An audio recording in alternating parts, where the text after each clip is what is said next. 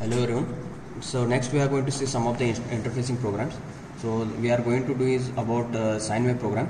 So this is the sine wave program. We are going to see the explanation for the sine wave program in the next video.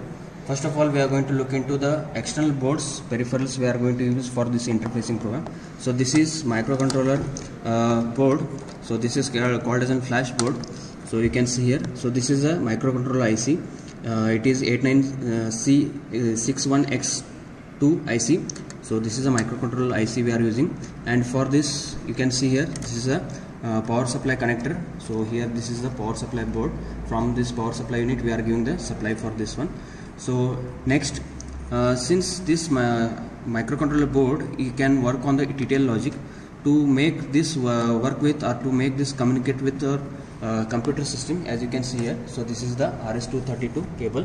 So from this RS-232 cable I have connected here. So this is the RS-232 connector. So this will be connected through your MAX232 IC. So since we know like the microcontroller will work, it will work with the TTL logic, and this will work with the RS-232 logic. So to make the it compatible, we need a driver line. So this MAX232 will be used. So this is a switch. So you can see here this is the switch. So this is a switch which can be used for the programming and running. So this is the reset button. So it is used for the reset operation. So we have a cable. So this is a data bus, or the bus we have. So this has to be connected to this card. So this is a DAC card. So this DAC card we are going to use for the waveform generation. So we have the different waveforms like sine wave, square wave, then rising edge, falling edge waveforms. So for these waveforms we are going to use this DAC interface card.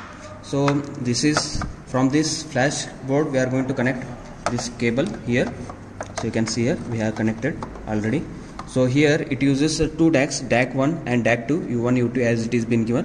And for this we are going to get the output on the out 1 and out 2.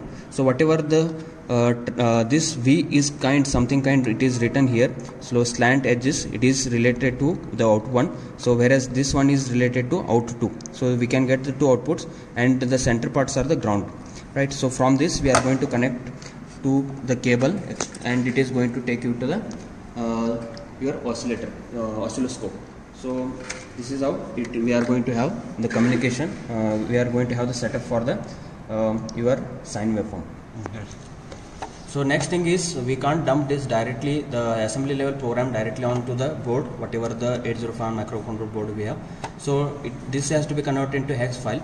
So to convert the hex file, we need to go for this flash option, and here we need to go for the configure flash tools, and here you need to click on the output. Then here you will get a create hex file option. You need to click on this one. So once you click on this one, then you can go for the select folder objects, where you can see where you are going to dump your hex file, so that you can see.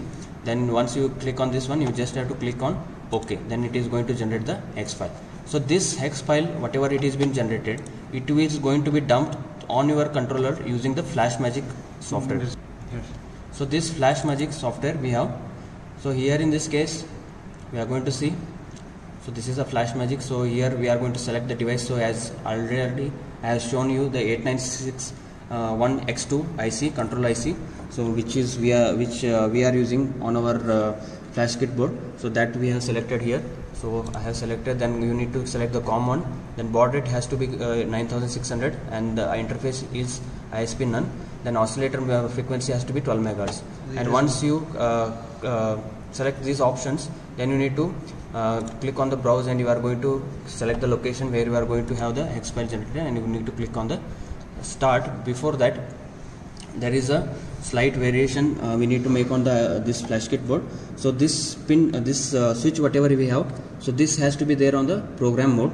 So and you need to click on the this reset button. So once you click on the reset button, you need to click on the start. So once it will be done, so it is going to take some time. It is, you can see here, it is going to erase the previous programs, and it is going to write the present program whatever you have typed. So you can see here program device, it is finished. So once it has been finished, now you can see here I need to take you to the run mode. So I have taken run mode, and I need to click on this reset button. So once I have clicked the reset button, so I am going to get the result. So you can see on the oscilloscope I have obtained the result. So this is how we are going to execute the interface program. Thank you.